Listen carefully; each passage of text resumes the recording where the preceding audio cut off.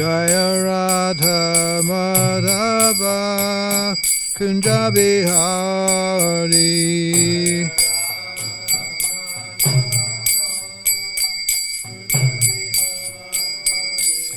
Jaya Radha Madhava Kunja Bihari.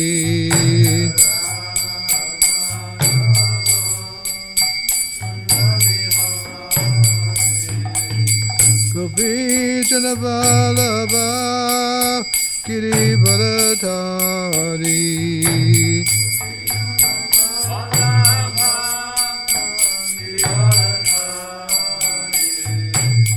Gopi Jana Vallabha Giri Bharadari.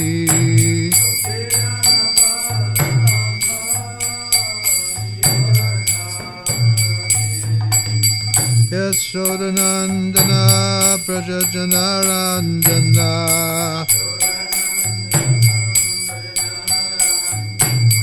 Yashodanandana Prajajanarandana.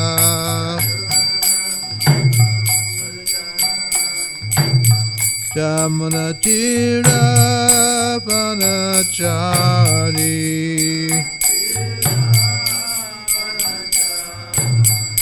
Jamunatira Vanachari.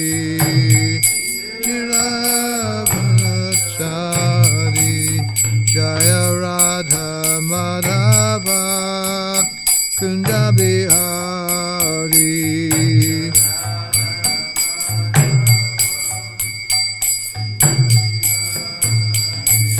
Jaya Radha Madhava Kunja Bihari. Kunja Bihari.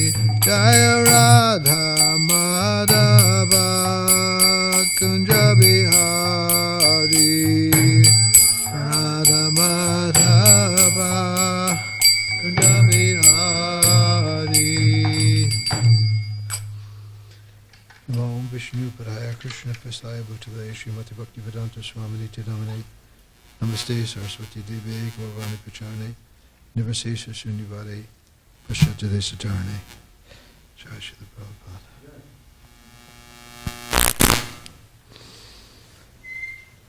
So, I've been asked to speak about Srila Prabhupada in India. And many years ago when I was Bhakta, I found myself there. Just give a little background on how that came to be. I joined in February 1972 in Los Angeles, and a few weeks later they sent me to Fresno, where Bhutatma, do you know Bhutatma? Yeah. He was the president there.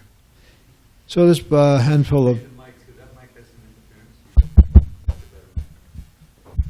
This one's B though.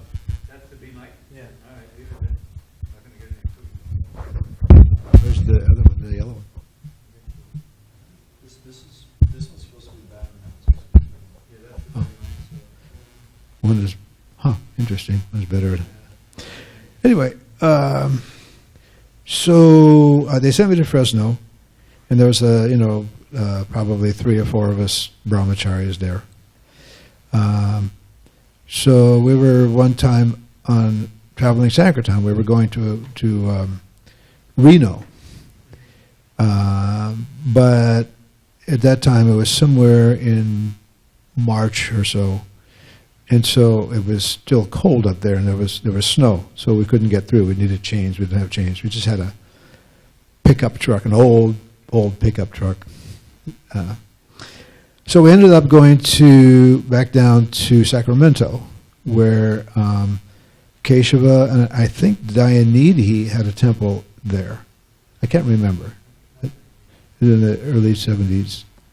Anyway, whoever was in Sacramento. So then Keshava's brother Karandar, who was Prabhupada's secretary in Los Angeles, phoned up. And he said, Prabhupada wants 50... What's that?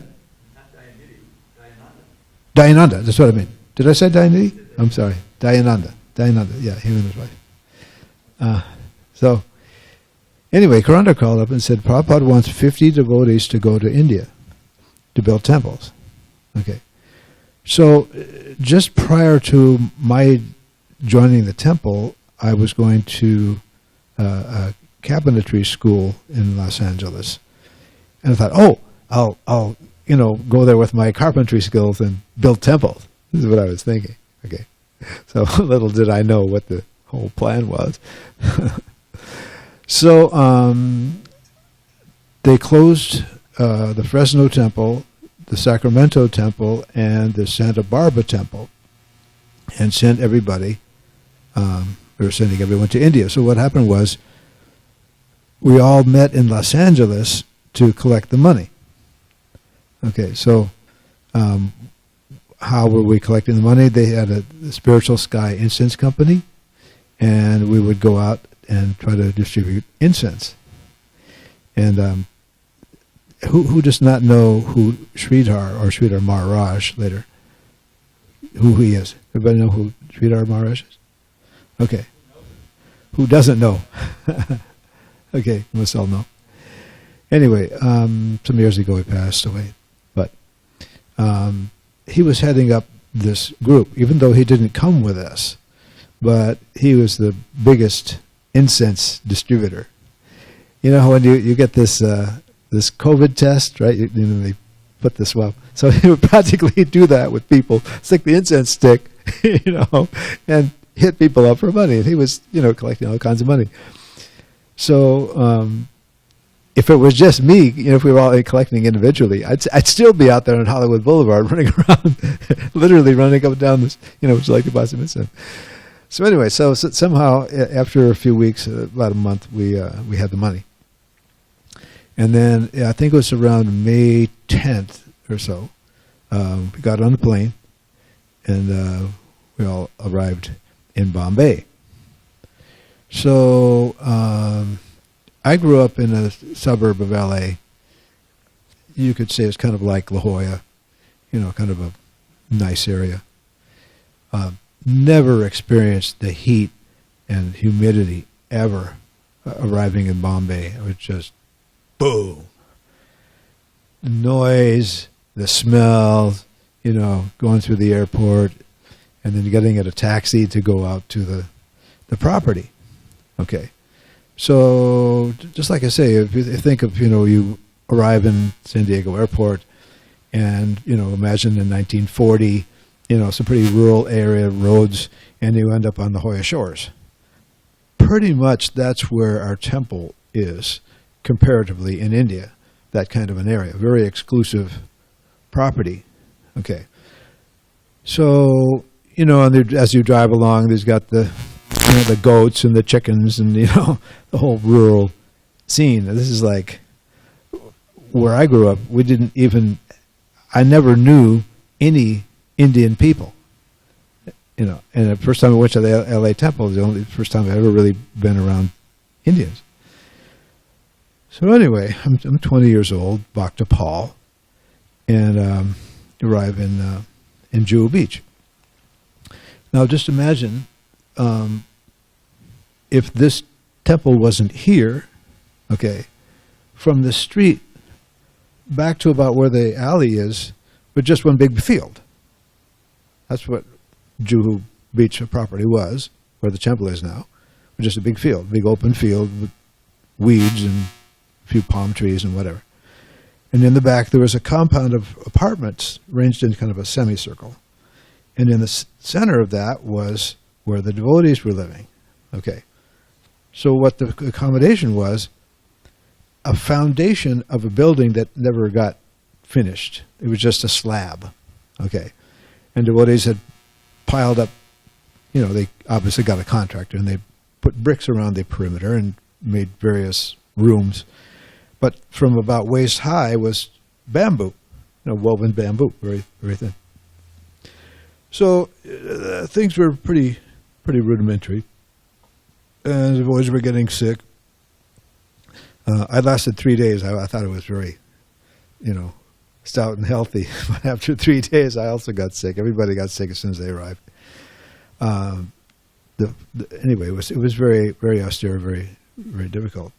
But the idea was that they were going to build this temple, not only this one, but in Vrindavan and also in Mayapur. And at that time, they had already gotten the land, pretty sure.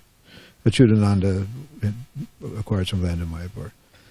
And so Saurabh now became Saurabh Maharaj later on, but he was the architect. So he would be drawing, his vision of what the temple, could be. And there was probably about, after we arrived, there was about 25 or 30 of us. And the building, I would say, was about maybe 2/3 the size of this room, something like that. And there were little, showers, stalls, and whatever. So anyway, the idea was that Prabhupada didn't really want us to do Harinam. He did not, he said that people would misunderstand who we were. So he wanted us to distribute books and to go downtown and preach, and especially make life members. That was the program. Okay. So back at that time, there was a movie producer who put out this film.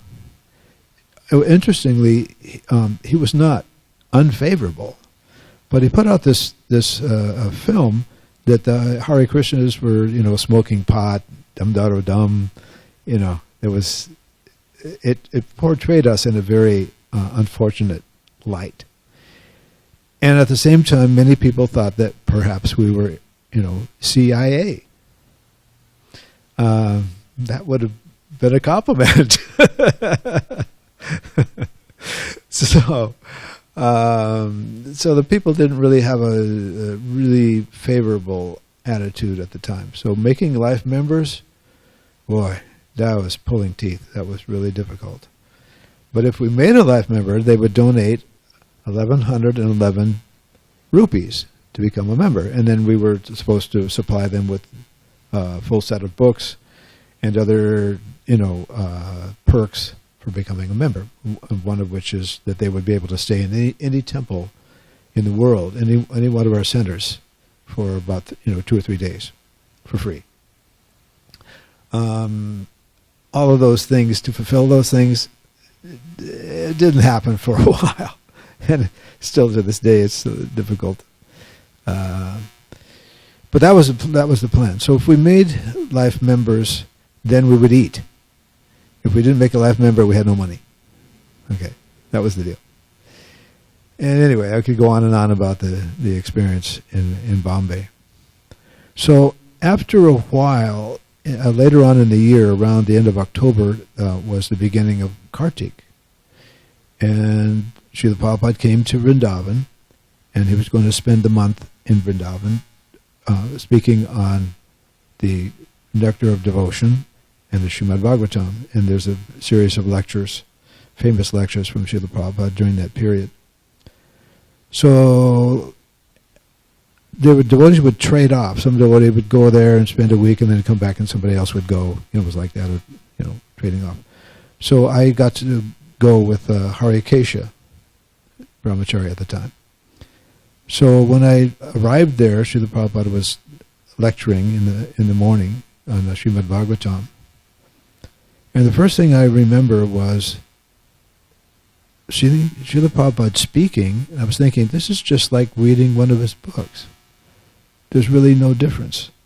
It's just that now he's speaking, and if I'm reading the book, it's the same. It's basically the same thing. But of course, being in Vrindavan, this most sacred place in the universe, in the courtyard with was it Rupa Goswami? Was that? Radha Damodar Temple in the courtyard. Rupa Goswami Samadhi, yeah. So a very, very sacred place, and it was just wonderful to hear him speak. And in the late afternoon, he would speak on the nectar of devotion. So, and then at night, Srila Prabhupada would give darshan. Any guests that would come, they could speak to him. And of course, all the devotees would, cram in the room. Very small room if you've ever been there. There had to be about 20 devotees that are crammed in there. So, and then sometimes there would be arranged some kind of a program, an engagement. We'd go to someone's house for lunch or something like that. So that was a particularly wonderful time. Sometimes I got to go with him on a morning walk, and especially if you walk around Vrindavan, there's lots of, hogs and dogs and monkeys and all the things that Prabhupada talks about that Westerners aren't very familiar with. If you go to pass stool, you have to bring a stick. Okay, the stick is not for digging a hole; it's to keep the hogs away. It's a long story, but it was just wonderful to be with Srila Prabhupada in Vrindavan. So at the end of the month, Shama Sundar and other devotees had arranged pandal programs. So Prabhupada needed some devotees to be an entourage to travel with him. And so anybody who was there at the end of that period, if they didn't go back to their respective temples, we were able to accompany Srila Prabhupada on this tour. So the first up was Hyderabad. Hyderabad's in the south part of the country. So we all got a train ticket to go to Hyderabad. So in Hyderabad, they had a big pandal set up, and he would speak every night. And I can't remember. I think he also spoke in the morning, but I don't remember exactly. But he would be speaking in a different language. He wasn't speaking in English, even though we could tell what he was saying because he would quote the same verses. And basically, when Srila Prabhupada was speaking to a large group of people, just imagine Billy Graham or some, televangelist preacher, fire and brimstone. But Prabhupada was not let the audience off the hook. He was extremely forceful, very powerful, and the people just loved it. They just ate it up. They loved it. Because here's somebody who's speaking the truth. And the other thing is that with the Western devotees, this is another thing that Prabhupada was keen to do, we became his dancing white elephants, right? So what are the dancing white elephants? What's that all about? Okay, if you have a big show, might be a circus or something like that. I'm sorry, this thing is making noise. If you have elephants and they're dancing, ooh, that's really cool. Amazing. So the Western devotees became this attraction. Now here are these American people, American young men and women, becoming Vaishnavas. I think this is better. Better? Okay. Let me turn this up.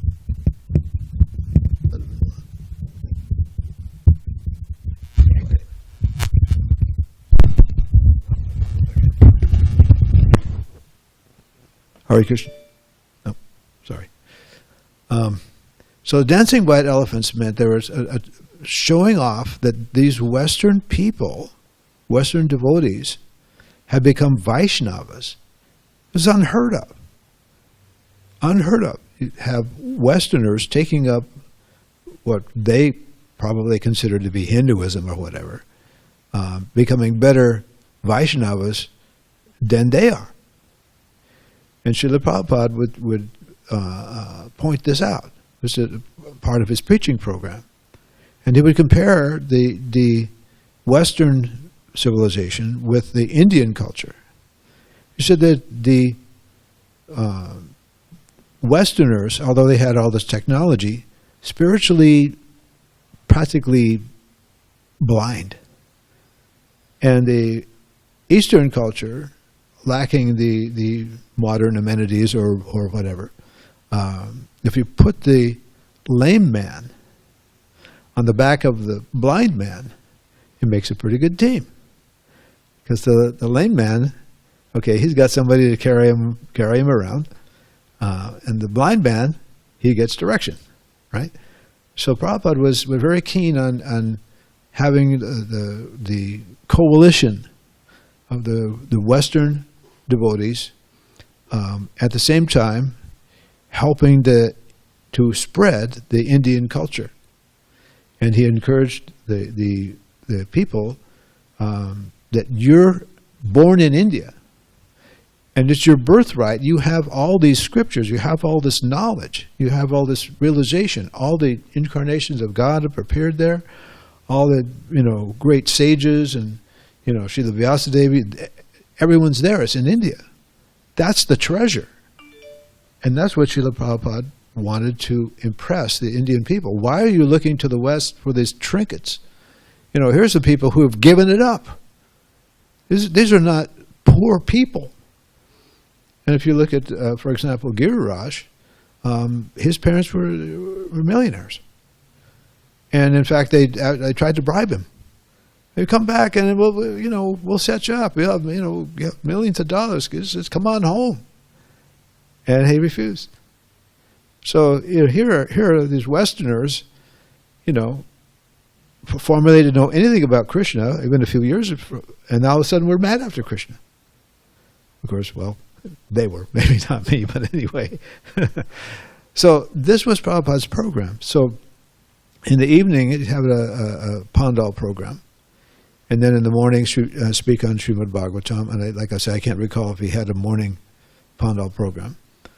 But the Indians, it's their habit, they're always having some kind of a program where they're inviting holy men, and people just come out of the woodwork. I mean, just hundreds, thousands, okay.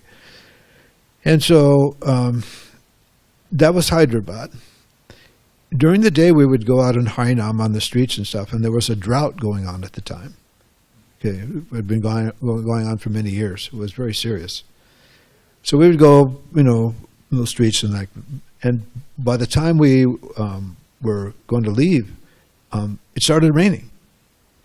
And it was noted in the newspaper that, this was attributed to the Harinam parties that were going out. So Srila Prabhupada was recognized for that. So during the day, we would go to people's homes, right? Life members or interested people would invite Srila Prabhupada and the devotees for lunch. So I can't remember if it was Hyderabad or wherever it was. So, Hare Krishna. So normally Srila Prabhupada ate by himself. Okay, he would eat separately. They would feed him separately, and the boys would take prasadam over here. But on one particular day, for some reason, we all sat in the same room, and Srila Prabhupada sat about right there. It was like one or two devotees between me and Srila Prabhupada. And they just pulled out all the stops. In India, some delicacies are quite expensive. You've got, in addition to all the pakoras and the samosas and you name it, 3 or 4 subjects, they had, like different exotic nuts and dried fruits, and it was a wonderful feast. So towards the end, I had one puri. How they come around and they slop. They serve you prasadam more than you can eat, and they're on your plate. And so I had one puri left, and I was like, kind of like this. And I kind of sat back, like I'm done, And Srila Prabhupada looked over and he said, "Oh, you cannot finish?" Yes, Srila Prabhupada. So, and I mumbled under my breath, "I'm not sure I can digest it," because I was always sick. That was another thing. I was always sick in India. But that was my little, lesson from Srila Prabhupada. If you have prasadam, don't waste prasadam. If you get something on your plate, eat it. Honor the prasadam. It's Krishna. So, Anyway, so Hyderabad was about, I'm going to say maybe 10 days, 2 weeks. The deities on the altar, the devotees had an altar there. And I don't know how or where the deities ended up. I'm pretty sure that they ended, I think that became a Madhava. Yes, in Mayapur. Yeah. Yeah, that was yeah. And yeah, so that was really, really nice. Okay, so then after that, the next Pandal was in Ahmedabad. Ahmedabad is on the western side, north of Bombay. So we went up there and had more the same kind of thing. This is Gujarat. Same thing, devotees dancing and leading, having kirtan on stage, and then Srila Prabhupada would lecture, and then some more kirtan, and then afterwards there would be questions and answers, and people would come up to the mic and ask questions of Srila Prabhupada. And there were some challenges. There were some challenges. People would challenge Srila Prabhupada. Here there's Western devotees. They're mlechas, javanas, degraded people. You're making them sannyasis. You're making them brahmacharis. So there was a lot of criticism from a lot of different people, especially the Smarta Brahmins and so on and so on. But Srila Prabhupada did not relent. I mean, he was just, like I say, fire and brimstone or whatever. But after Ahmedabad was over, the final Pandal we had was in Bombay. And there's a place called Cross Maidan, which is a big venue. I don't know exactly how big, or it's been many, many years. But suffice it to say, they made a tent. Imagine, has anybody ever been to a circus, a full-on circus? No. Okay. Imagine a tent as big as this block, from Dawes Street to Cass Street, from Grand Avenue to Hornblood. That's how big the tent was. Absolutely humongous. Jai, Radhagiri, Jai.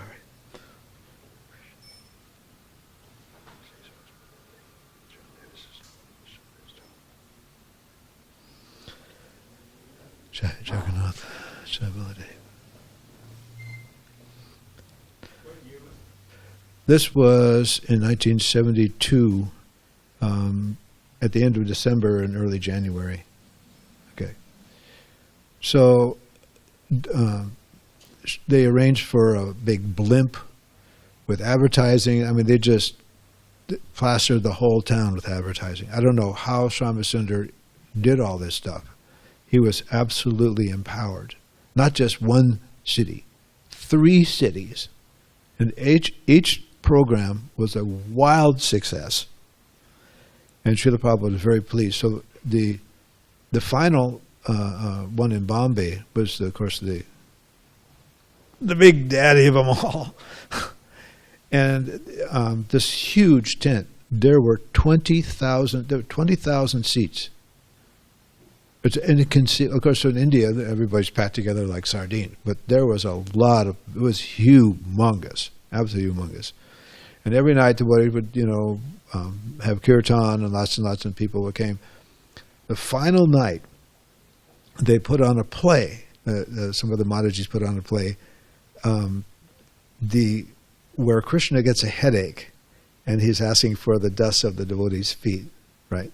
And so he goes to different places. He goes to the Brahmins. No, we can't give our dust of our feet. We'll go to hell, So he goes to all the different people, and they refuse. But he goes to the gopis, and they're like, hell yeah, So they're, And so at the end of the play, they started a kirtan. And Srila Prabhupada was sitting in the front row. And Prabhupada was sitting over here, and I was also sitting in the front row watching this. And all of a sudden, Srila Prabhupada leaped out of his chair and leaped up on the stage and started dancing in the kirtan, like this. It was as if someone had lit a bomb in there. It was just like huge commotion. Everybody jumped to their feet and they're dancing and singing. It was just unbelievable. And Prabhupada would dance around the altar. You go around the altar, and of course, the stage is going like this, and the deities are going up and down, so he had to kind of stop it after a while. But it was just unbelievable. And again, people, 20,000 people that night. During the other days, they'd have something every night, but it was less. But that was like on a Sunday night or something. And it was just absolutely packed to the gills. It was unbelievable. And one of the features they had was, because they had book tables and all these kind of things. So they set up a guru chair, a Vyasa-san, over in the corner. And Achyutananda, high, yeah. It was like double this height, right? And so people would gather around. Now, if you all know who Achyutananda is, he is absolute. I mean, he was on his game, let me tell you that. And, people would challenge him, and he was just kind of like going to Maharaj, just dishing out the sauce. And, he'd be out there at 11 o'clock, 12 o'clock after everything else had closed up. He'd be still, So it was just amazing to see how Srila Prabhupada dealt with all these things. During the day when he would go to someone's house, I saw how he would deal with them. If you go to somebody's house, and he was the perfect guest, okay? If you talk about on any subject and just be, very, familiar and everything, he was a perfect guest. But if someone asked, Swamiji, what about, some philosophical thing, and Srila Prabhupada would take off his Clark Kent coat and become, super guru and just lay it on the line. Prabhupada never missed an opportunity to preach, ever. He always found a way. He would speak with someone to find out, where they were at, and then he would find some way to inject Krishna consciousness into the situation. It was just amazing. Wherever he went. And there was nothing, you couldn't fool Prabhupada. You couldn't get anything past Srila Prabhupada. He was always 10 steps ahead. And he could tell what you were thinking. He could always, sometimes if you ask a question, you'd be surprised at the answer because he knew what you were trying to ask, but he would give you an answer that would provide the most benefit. He would try to, inject somehow something that you weren't aware of or that you should be aware of. He would always, look through. He would always see the actual situation. And if you asked him a very immature question,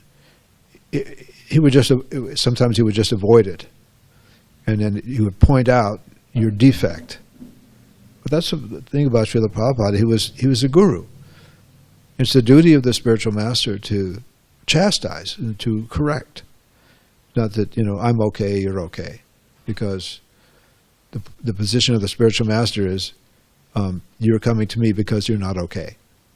Okay, we're all undergoing old age, disease, death, rebirth. We're suffering like anything. Okay, so we're not okay. Not I'm okay, you're okay, everything's fine. It's all one. No. But Srila Prabhupada's plan was to create centers. He didn't, like in the Western countries, we don't have these. Obviously, later on we built, there was New Vrindavan, and at some point we had a nice big temple in New York. But Srila Prabhupada wanted this centers in Bombay and Vrindavan and also in Mayapur. Big projects. Okay. In America, if you build something here, you have to start small. If you bring in some big temple, it becomes a burden because you need the people to support it. Okay, but in Vrindavan and these other places, it's a natural place, and especially in Bombay, there are so many devotees there, and of course there's a lot of money. So Srila Prabhupada had a vision. He wanted to build the Bombay temple, but there was very little money at the time. Later on, as the life membership grew with the help of Sridhar Brahmachari and later Maharaj, they were able to. And I don't know all the details, but somehow or other, they got some very famous people to become life members. And then on Janmashtami and other times, they would sit them at the table to sign people up.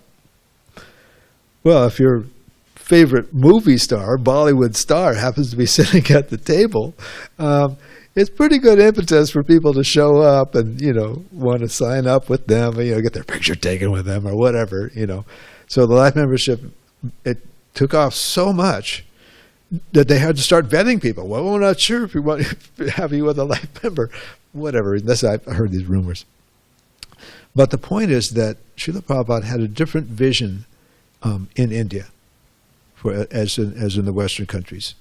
Because in the Western countries, like I say, one book distribution, and of course Harinam, these sorts of things. But in India, there's so many sahajiyas and other groups that he didn't want people to lump us in with these, these other groups where people are, chanting and dancing and, not following regular principles. And the thing about Srila Prabhupada was that he had everything grounded. He had his books, he had the philosophy. It's not just, sentimental, dancing around and so on and so on. But Srila Prabhupada had a very solid foundation for what he was preaching. Okay? Even to the extent that he was heavily criticized, as I said before, for making Westerners into devotees and Vaishnavas and giving sannyas and doing other things, giving rabbinical initiation. But Srila Prabhupada was emboldened by his spiritual master, Srila Bhakti Siddhanta, because that is our philosophy, that if you are initiated by a bona fide spiritual master and following the rules and regulations, you become more than a Brahmin. Okay, so this did not sit well, even during Lord Chaitanya's time. Did not sit well. Why are you not studying Vedanta? And Lord Chaitanya's spiritual master said, you're a fool.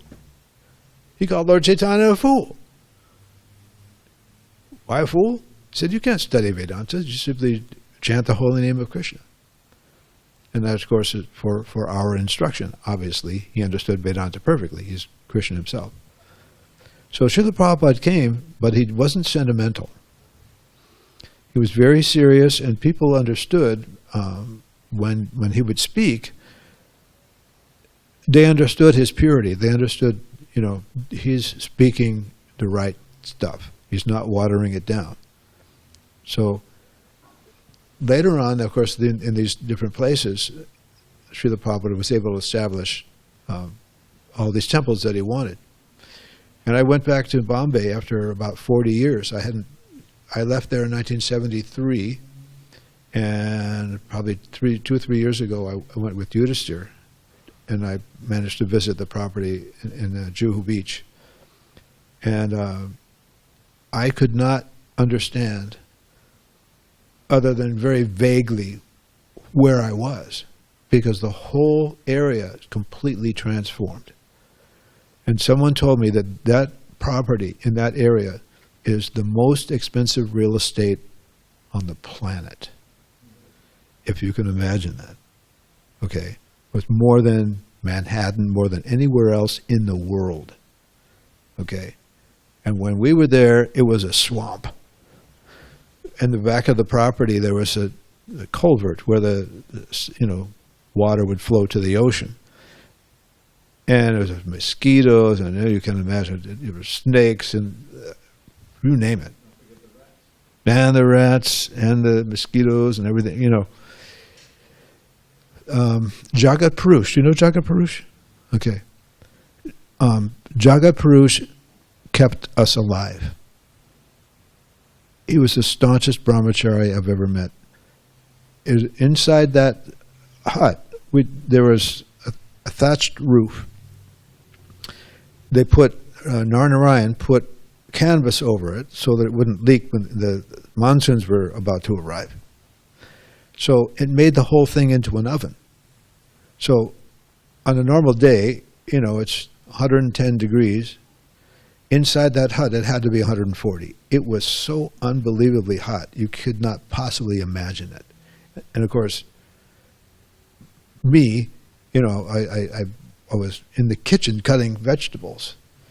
It was just so unbearably hot. I never felt such heat in my life. It's unbelievable. And the dogs would come and eat the boga. And the grains we had, who has not heard of chipped rice? Do you know what chipped rice is? We think chipped rice, it's it's flattened. It's flattened rice. Flattened rice. Okay. No. Chipped rice is rice that's broken into little chips. Okay. So we would go to the grain market, Pancho Devita, Brahmachari at the time, would go to the grain market and get whatever grain they couldn't sell. And they would give it to us. Okay. So if you got dal beans, when you boil the dal, as it's boiling, you skim off the worms that float to the top because all the grains had worms in them. Everything was very, very, I would say, low class, unfortunately. It was about, like I say, about 30 of us. They would cook a sabji for the noon offering in a pot like this big. Just a little bit of sabji. Okay. It was very, very austere. And like I say, we didn't have much money. And after so many years, go back and see what they built there. Big, huge temple, everything that we were planning. They made a little flyer that we'd go downtown and show it to people. And it had like, okay, we're going to have this, guest house, twin towers. I mean, Saurabh, and the artists, they put together this, prospectus, what we were going to do. We're going to have a school, a gurukul, and an amphitheater, a theater, and library, and big temple, and this whole thing. And I'd show it to somebody, and they'd call their secretary over. Okay, give them 5 rupees. 5 rupees is like a quarter or 25, 50 cents. And then they would say, now if you start pouring the foundation, okay, to really get this thing going, then we'll talk about maybe making a bigger donation. Okay, so that was pretty much how people received this sort of thing. And I really hand it to Giriraj Maharaj and Sridhar and the other devotees who made it happen, because what they did was not possible. Even after they built it, they were so discouraged. Along the way, just how close is Maharaj to publishing his book? Very close, right? Okay. Oh, I see. Yeah, okay. So there are so many things that happened, but to go back there and see, the deities, when I got there, they were living in a box. These electrical boxes you see on construction sites? It's on stilts and it's about this wide and maybe, about that deep. The deities were living in a box like that. On the one end of like they had an open pandal, just basically a roof, and a canvas on the ground. And the deities were at one end, right?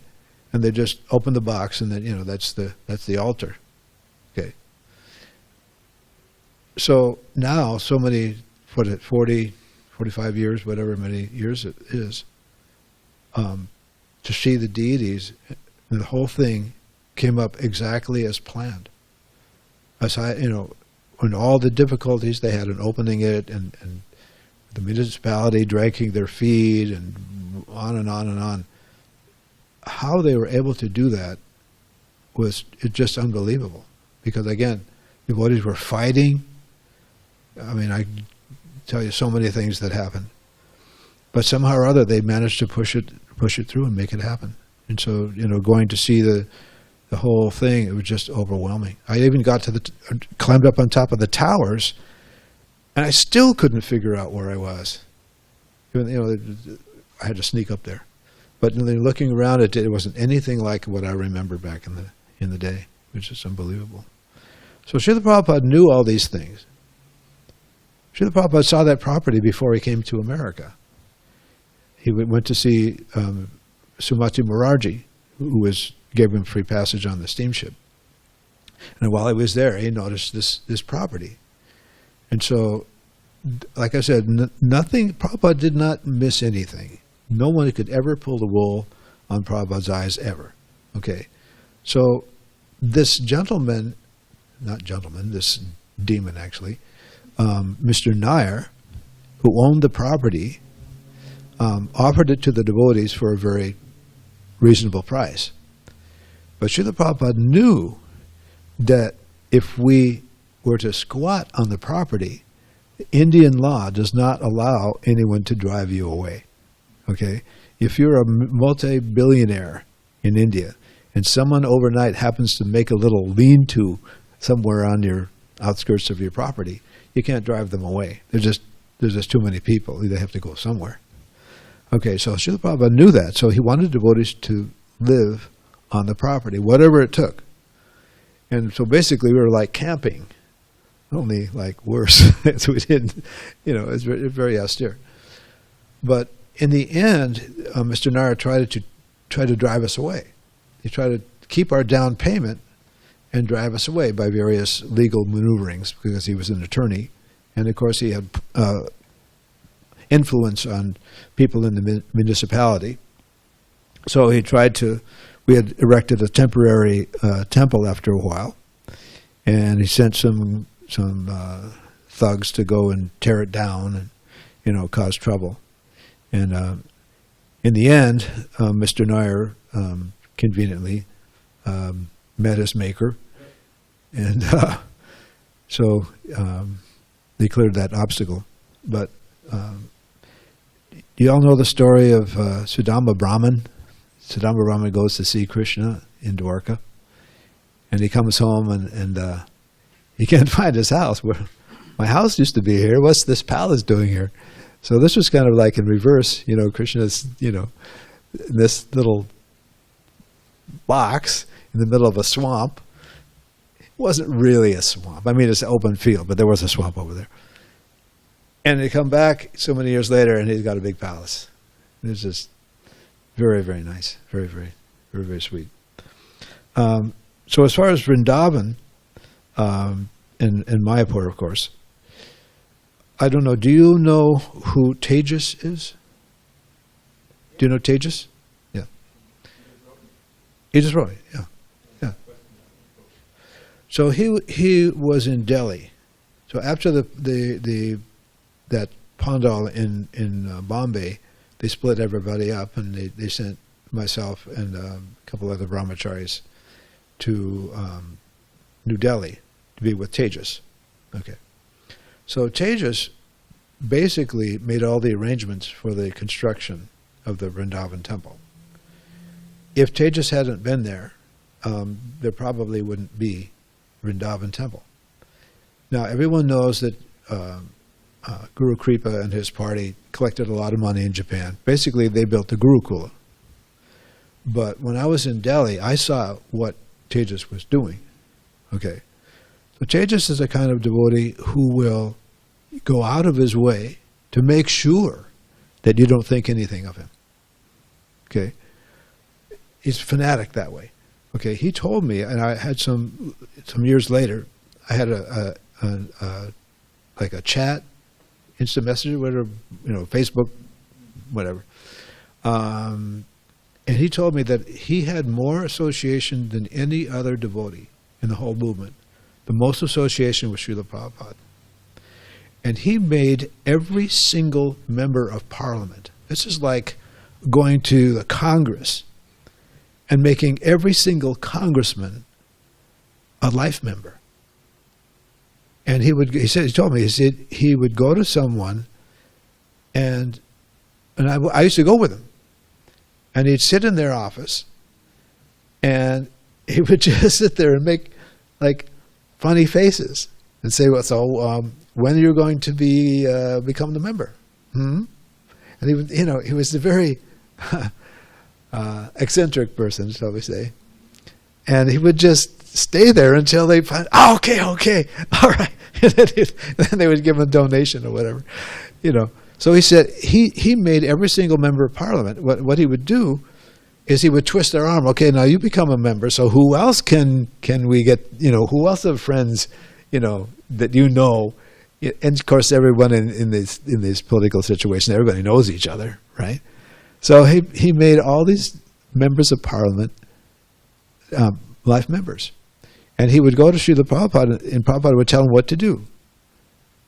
And Prabhupada said, "Now do like this." So he would go and do it, and then come back and report to Prabhupada what the result was, and then Prabhupada would tell him something else to do, and he would go and do that. So I believe he's writing his memoirs at the moment, but anyway.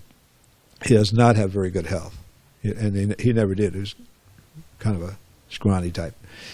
But I saw how much he did for building Vrindavan, getting the plans approved, the architects. Of course, Saurabh was the building manager. Of course, he was the architect, and so he also, Prabhupada would direct him what to do, how to construct the temple, and he really, really pushed him very, very hard on Saurabh. He gave a talk in Los Angeles and probably some other places also about his experiences with Srila Prabhupada. And at the end of his life, he was very, very ill. Just before that, he came to Los Angeles for a Prabhupada festival. Do you remember that? Saurabh. Yeah. So then shortly thereafter, he went to Vrindavan and passed there. So Srila Prabhupada was in India. Construction materials are very hard to get, okay, especially concrete, okay, and rebar and these sort of things for doing basic construction. So one of the things in India is that doing business as a businessman in India is the art of cheating someone with a smile, right?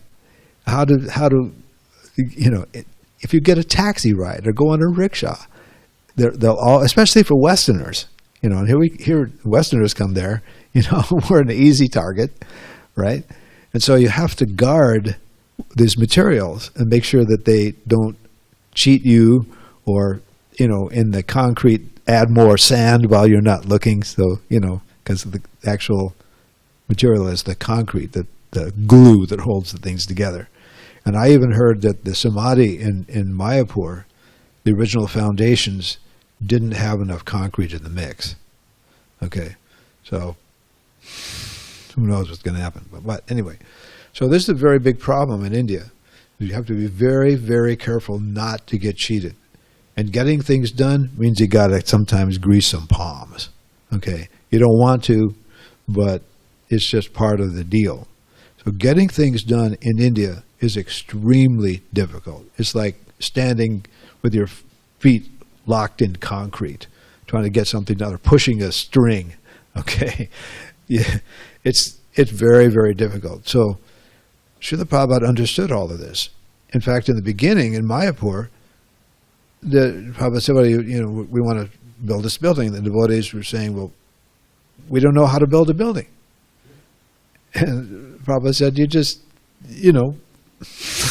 made some indication. Well, you just pile up some bricks. You just, you just do it."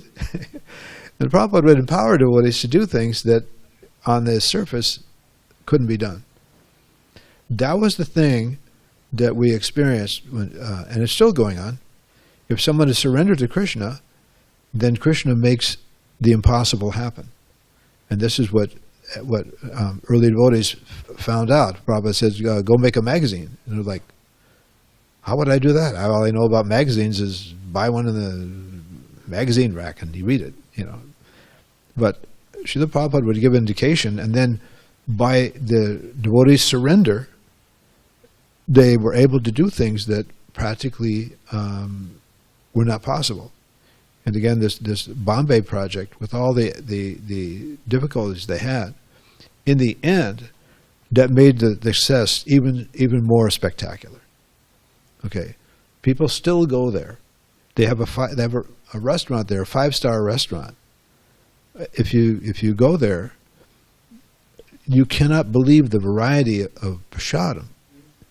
It is unbelievable. Did you go there? Like you'll have 5 different kinds of puris, different kinds of chapatis with different flavors. I mean, more, if you have even a little bit of everything that's on the, it's like a smorgasbord. You can't eat it all.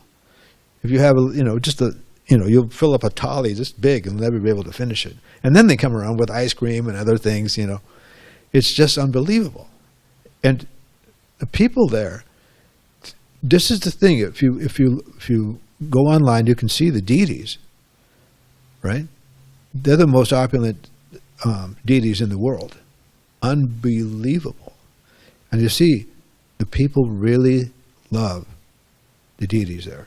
And Prabhupada knew that. All these people really are devotees. Okay? And that's why that temple is so successful. Okay? Prabhupada knew. He knew that these people were devotees.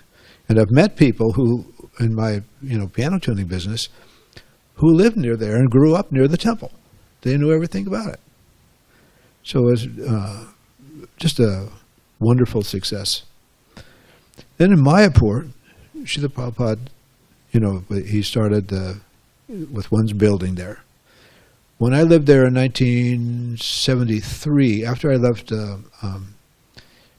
Delhi, I was really sick.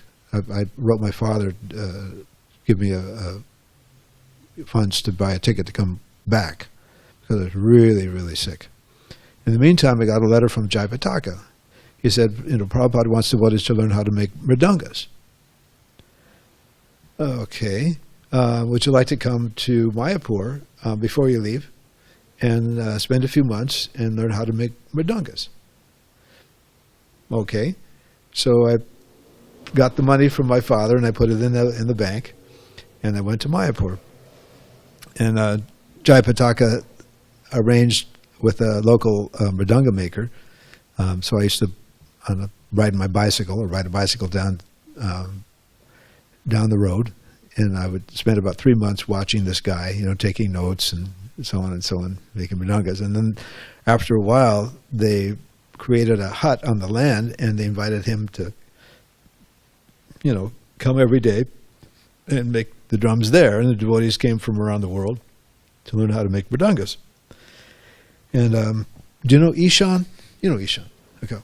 Ishan invented the Balaram drum. Okay, the plastic drum. So while I was there, he showed up, he and his wife, and several other devotees, and we were, getting instruction from this guy how to make mridangas. Now here's the thing about making mridangas. How much time have I got? Is about it? Okay. Anyway, I'll just finish the story. So the mridanga maker would not allow you to actually make one. You had to become his disciple. Okay, you had to surrender. You had to give dakshin. You were going to become his disciple. Now I'm thinking, here's this guy. I don't even know if he's vegetarian. He smokes bidis, and they want me to become his disciple. I didn't get it. But Ishan understood the intent. So he became a step and fetch it for this guy. Okay. And so he actually forced this man to show him, and he actually made a mridanga. And he brought it to Prabhupada, and Prabhupada was very pleased. But he wanted to make plastic drums. Okay, and Prabhupada, gave him the go-ahead. So then he went to Los Angeles and got, Karandar got some money together, and they created the Balaram drum. But suffice it to say that wherever Srila Prabhupada was, especially in India, he knew exactly how to proceed. He knew exactly how to preach, exactly how to, enthuse people in Krishna consciousness. And he never missed an opportunity. So I could go on and on, but I think, One question, for years we had a drummer you made in this thing. yeah. You didn't mention that. Is that coming out of this thing also? Well, the only thing is that when I went to India with Sampada in 1990, I got this idea to make fiberglass shells and have them strapped with regular straps. So walking around Calcutta one day, I noticed a shop that makes things out of fiberglass. Wow. And I went in and I said, can you make a mridanga shell? They said, yes. So I got a shell and went back, and then he made a mold of it. And I had several drums made and had them shipped over here. And told him right away. I took some to Rath Yatra. And then I wanted to make a drum that I could tighten with the screws rather than having to pull on the straps and that whole thing. So eventually I invented this method of creating them. So I made the shells here in SanDiego, and then I sent one to India. And so had the guy, I think it was a friend of Prabhu Nityananda's, somehow his brother, I knew somebody. So they used the shell that I made here, and they'd make the heads on it, and then take them off and put them in a box and make another set of heads and do the same, fill up a box full of heads and send them to me. And I put them together here. So that, unfortunately, the result was less than I had hoped. It didn't have the same kind of sound, and it took me a long time, and it just didn't work out. So that's where it is. Okay. Thank you very much, Prabhus. Hare Krishna. Glory to Srila Prabhupada.